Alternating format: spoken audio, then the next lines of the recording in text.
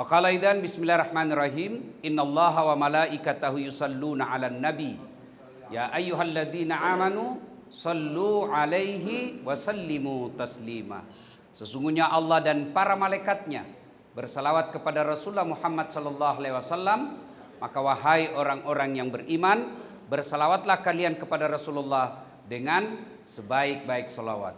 Sadaqallahul adzim, maha benar Allah dengan segala firman-Nya. Ibu bapak, tuan-tuan guru, para kiai, alim ulama, tokoh agama, terkhusus yang kita muliakan, Wakil Ketua Umum Majelis Ulama Indonesia, Kiai Haji Dr. Mashudi Suhud, yang insya Allah dimuliakan dan dirahmati oleh Allah Subhanahu wa Ta'ala, dan terkhusus kita doakan panjang umur, murah rezeki Sahibul Bait Sayyid Najib At-Tamimi beserta keluarga yang insya Allah dimuliakan rahmati Allah Subhanahu wa Ta'ala. Ini dulu yang perlu diluruskan. Saya berdiri di sini bukan karena saya yang paling cerdas, saya yang paling alim, bukan.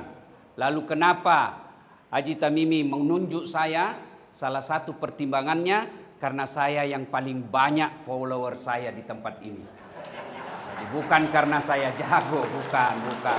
Tapi karena saya yang paling banyak.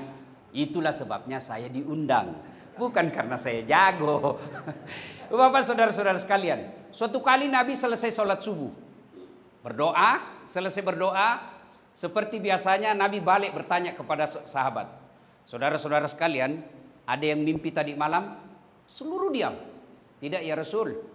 Nabi lalu bersabda, semalam saya bermimpi, saya dibawa Jibril jalan-jalan ke surga. Ini mimpi Nabi berarti wahyu dan petunjuk, bukan mimpinya tukang judi. Kalau mimpinya tukang judi langsung dijadi rumus untuk jadi judi. Lalu pada saat Nabi sampai ke surga, Nabi diperlihatkan ada hamba Allah diberikan hadiah. Wahai hambaku, ini hadiah dariku. Lalu hamba ini komplain. Karena di akhirat itu tidak ada pencitraan. Di akhirat itu tidak ada tipu-tipu. Apa adanya. Lalu dia merasa kok seperti ini hadiah saya. Ya Allah, apa yang kamu berikan ini lebih banyak daripada ibadah yang saya lakukan. Sebagai ilustrasi gambaran supaya gampang kita mengerti, pahalanya cuma 5, Allah kasih 15. Loh kok lebih banyak ini ya Allah? Lalu kedengaranlah firman Allah, wahai hambaku, itulah doa-doamu yang tidak kukabulkan ketika kau di dunia, karena saya yakin kalau saya kasih kau waktu di dunia itu kamu tidak mampu memikulnya, maka aku berikan kamu hari ini di akhirat. Maknanya tidak ada doa yang tidak Allah kasih. Tidak ada doa yang tidak Allah kabulkan.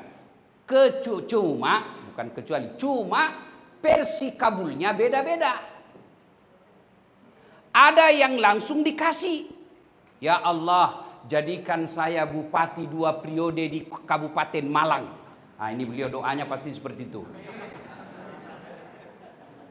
Allah kasih di dunia langsung. Ada juga Allah kasih dalam bentuk yang lain.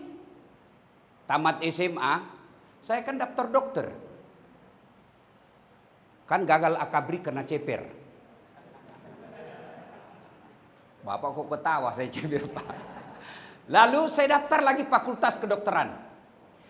Saya ikut bimbingan tes privat 1 bulan. Saya sholat tahajud bermalam-malam. Ibu bapak saya doakan. Saya nasar kalau lulus saya puasa. Begitu keluar pengumuman, tidak ada namaku. Saya protes kepada Allah. Ya Allah, kenapa kau tidak jadikan saya dokter? Kau tidak rugi jadi Tuhan kalau saya jadi dokter. Allah tidak kabulkan. Saya lulus di Sospol. Kau dulu daftar IPC namanya Pak. 2 IPA, 1 Sospol, ya, sosial politik. Saya daftar komunikasi. Saya lulus di komunikasi. Kenapa ya saya tidak lulus? Saya tahu jawabannya. pulang kuliah, terjadi tabrakan di Jalan Perintis Kemerdekaan Makassar. Berceceran darah di aspal. Saya turun tolong. Dia yang tabrakan, saya yang pingsan. Kenapa? Oh, saya tidak bisa lihat darah sampai sekarang. Saya lihat aja di WhatsApp itu kalau ada berdarah, rasanya langsung pening. Seolah-olah Allah ingin berkata kepada saya, Das'ad, bagaimana kau jadi dokter, kau tidak bisa lihat darah. Saya lulus jadi ustadz. Teman saya yang lulus waktu itu tugas di Kepulauan Aru. Beberapa saat yang lalu sebelum lebaran, saya telepon, "Woi Pak Dokter, kau pulang lebaran?" "Tidak." "Boh, rugi-rugimu itu. Jauh-jauh cari nafkah tidak pulang sama keluargamu." "Mahal tiket Ustadz. Kalau saya pulang satu keluarga, 1 tahun saya kumpul uang, gaji saya hanya untuk beli tiket." Dalam hati saya, alhamdulillah untung saya tidak jadi dokter. Saya jadi ustadz, tidak pernah pusing soal tiket. Kemana-mana gratis. Siapa yang bayarkan tiket saya hari ini? Haji Tamimi. Coba kalau saya jadi dokter waktu itu, mungkin saya tidak sampai di tempat ini. Coba kalau saya jadi dokter pada saat itu, saya tidak ceramah di depan presiden nasihatin. Saya tidak gaspol di depan Kapolri, barangkali Kapolri yang cari saya. Alhamdulillah, Allah berikan dalam bentuk yang lain. Jadi itulah sebabnya doa terus. Versi pertama, apa yang diminta Allah kasih sesuai maunya. Yang kedua, Allah kabulkan dalam bentuk yang berbeda. Yang ketiga, Allah tunda sampai kita mampu. Nabi Zakaria meminta anak pada usianya 21 tahun. Ya Allah, berikan saya keturunan. Usia berapa baru Allah kabulkan? 90 tahun. 21 ke 90 tahun. Berapa tahun itu, Pak? Berapa? Biar kita kiai kampung jangan juga salah-salah menghitung, Pak. Berapa? Berapa? 69. Itu Nabi, Pak. 69 tahun baru dikabulkan. Ini politisi mau berdoa bulan ini, mau dikabulkan bulan depan, padahal dia tukang bohong. Gimana ceritanya? Itu Nabi, bos. Maka ketika kita berdoa, Allah tidak kabulkan, oh ditunggu sampai mampu. Ini sakwa sangka hilangkan. Doa sangka baik.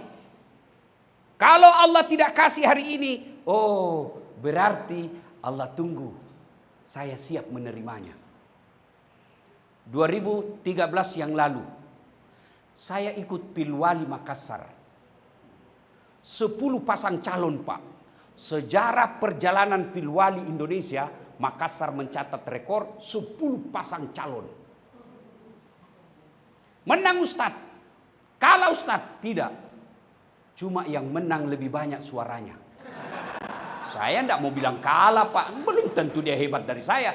Cuma lebih banyak suaranya. Andai saja saya jadi wali kota pada saat itu, saya selalu hormat, Pak. Siap Pak Kapolres, siap Pak Kapolda, siap Pak Jaksa. Takut diperiksa, Pak. Sekarang saya nasihati mereka.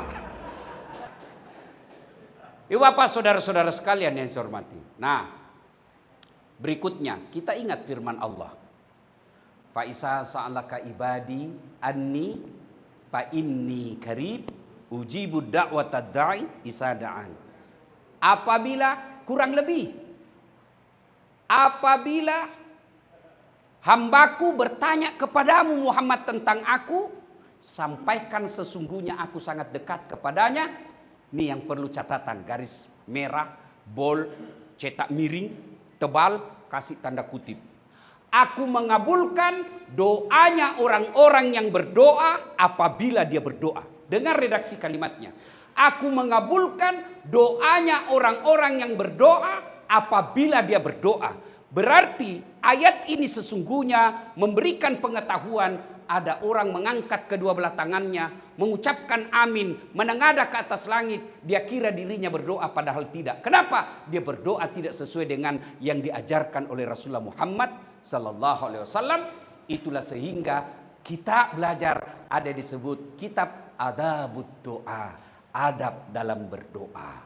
Kalau adab ini kita lakukan, itu ibaratnya jalur tol, cepat sampai. Sunnah. Lakukan berpahala, tidak dilakukanlah tidaklah mengapa. Tapi saya memberikan ilustrasi dari Surabaya ke Malang lewat jalan biasa, sampai tidak? Sampai tidak? Sampai, tapi lawas, lama kata orang Banjar. Tapi kalau lewat tol, sampai tidak? Sampai, cepat dan tepat. Berdoa sesuai dengan sunnah, jalur tol. Berdoa tidak sesuai sunnah, sampai juga, tapi macet. Silakan pilih. Maka dianjurkan berdoa, pertama sangka baik. Jangan bersangka buruk. Tidak ada kebahagiaan orang yang ada dalam hatinya sangka buruk. Pernah dengar cerita Pak, orang berkeluarga 5 tahun tidak punya anak. Tahun ke-6 dia ke ahli kandungan. Diperiksa. Alhamdulillah ibu sudah terlambat 2 bulan. Senanglah ini ibu. Dia telepon suaminya. Pak, alhamdulillah saya sudah terlambat 2 bulan. Sujud syukur suaminya. Lalu suaminya berkata, Bu, jangan dulu kau cerita-cerita nah. Nanti tidak jadi malu lagi. Baik Pak, rahasia berdua. Oke, sepakat. Jangan cerita. Oke Pak, sepakat. Beberapa hari kemudian datang petugas PLN. Assalamualaikum, kata ibu dari dalam. Waalaikumsalam. Siapa ya? PLN. Kenapa Pak? Ibu terlambat 2 bulan. Mulai dia wah kurang ajar ini. Pasti ini suamiku lagi yang cerita ini. Nah ini rahasia berdua kok dia bisa tahu. Pasti suami ini yang cerita. Datanglah suaminya capek bekerja, baru buka pintu. Assalamualaikum sayang. Apa sayang? Kamu memang pembohong. Apalagi sayang? Apa sayang? Kenapa itu PLN tahu saya terlambat 2 bulan? Pasti kau yang bocorkan. Bukan. Pasti. Kenapa dia tahu? Datanglah ini suaminya ke kantor PLN. Ada apa kau tahu istri saya terlambat 2 bulan? Dia bilang ada catatannya Pak. Ngapain kau catat-catat? Hapus itu. Boleh dihapus Pak, tapi Bapak bayar dulu. Kalau saya tidak mau bayar, ya terpaksa punyanya Bapak dipotong. Kalau punya aku dipotong, istriku pakai apa di rumah? Terpaksa pakai lilin. Inilah bahayanya sakwa sangka. Sangka baik saja. Kepada seluruh rakyat Indonesia yang pada akhirnya menyaksikan ceramah saya ini. Mari bersangka baik. Bapak yang tidak memilih Prabowo, jangan seolah-olah Indonesia sudah mau kiamat.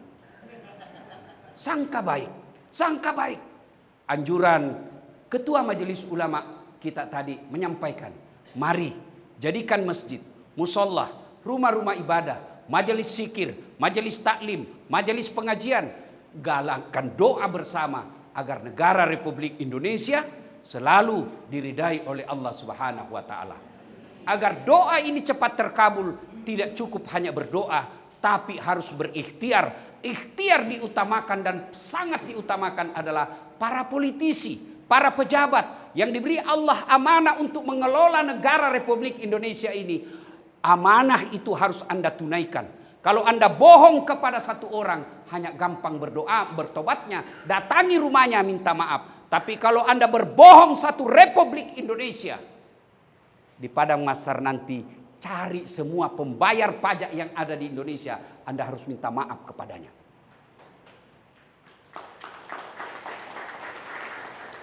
Ibu bapak saudara-saudara sekalian, terlalu banyak tentu harapan kita. Terlalu banyak keinginan kita kepada presiden terpilih. Dan saya yakin Bapak Prabowo dan wakil presiden terpilih akan menunaikan janjinya. Di tempat ini saya mendengarkan beliau berjanji akan memerangi kemiskinan. Dan kemiskinan itu adalah lebih banyak di kampung-kampung kita, saudara-saudara kita, dan itulah ladang amal, ladang dakwah para kiai kampung. Maka kita berharap kepemimpinan yang akan datang menjadikan kiai-kiai kampung untuk mitra dalam mensejahterakan, meningkatkan ketakwaan kepada Allah Subhanahu wa taala, mewujudkan amanah konstitusi. Bangunlah jiwanya, bangunlah raganya. Bangun jiwanya tugasnya kiai kampung, bangun raganya kiai tugasnya para pemimpin Republik Indonesia. Kalau ini kita amanahkan, kalau ini kita jalankan bersama, insya Allah kita akan mencapai janji Allah. Walau anna ahlal qura amanu wattaqau lafatahna alaihim barakatim minas samai wal ard. Apabila penduduk suatu negeri beriman dan bertakwa kepadaku, maka aku akan turunkan keberkahan dari langit dan keberkahan dari dalam tanah. Bapak mau lihat buktinya? Coba di Saudi, Pak. Saya tidak menganggap mereka malas, tapi rasa-rasanya kita lebih rajin mencari nafkah daripada orang di Arab, Pak. Orang Arab, Pak, siang tidur dia, Pak. Dari pagi sampai duhur tidur, sudah duhur lagi tidur lagi. Tidak ada itu part-time-nya. Ngipas-ngipas saja datang pembeli. Yalla Indonesia. Tapi tidak ada orang Saudi datang dari TK menjadi tenaga kerja di Indonesia. Kita setengah mati kerja. Banyak tenaga kerja Indonesia. Bahkan ada yang dipancung kepalanya di sana. Kenapa? Karena mereka betul-betul mengindahkan ketakwaan kepada Allah Subhanahu wa taala. Kadangkala kita punya Pancasila sila pertama diabaikan ketuhanan yang Maha Esanya. Mudah-mudahan acara ini menggugah kita semua untuk kembali mengamalkan sila pertama, ketuhanan yang Maha Esa, dan kita awali di tempat ini musyawarah berdoa bersama kiai kampung seluruh Indonesia. Bapak Ibu saudara-saudara sekalian, sebelum saya akhiri, saya ingin menyampaikan terima kasih sedalam-dalamnya kepada 3 calon presiden Republik Indonesia. Bapak Anies Rashid Baswedan, Bapak Prabowo, kemudian Bapak Ganjar. Terima kasih yang sebesar-besarnya telah mengajari kami, rakyat Indonesia, untuk berdemokrasi. Berjiwa besar setelah ada pengumuman pemenang, sama-sama menerima hasil pemilu, lalu kita kembali bersatu mewujudkan pembangunan agar rakyat Indonesia baldatun thayyibatun wa rabbul ghafur. Yang kedua, kita berdoa sepenuh hati, seikhlasnya, sepenuh hajat kepada Allah Subhanahu wa taala. Semoga Bapak Prabowo dan Wakil Presiden terpilih Allah berikan hidayah, kekuatan, kemampuan untuk istiqamah dalam janji-janji politik, dan kita rakyat Indonesia bersatu padu mewujudkan keinginan ini. Tidak ada lagi 01, tidak ada lagi 02, tidak ada lagi 03, yang ada adalah sila ketiga, persatuan Indonesia.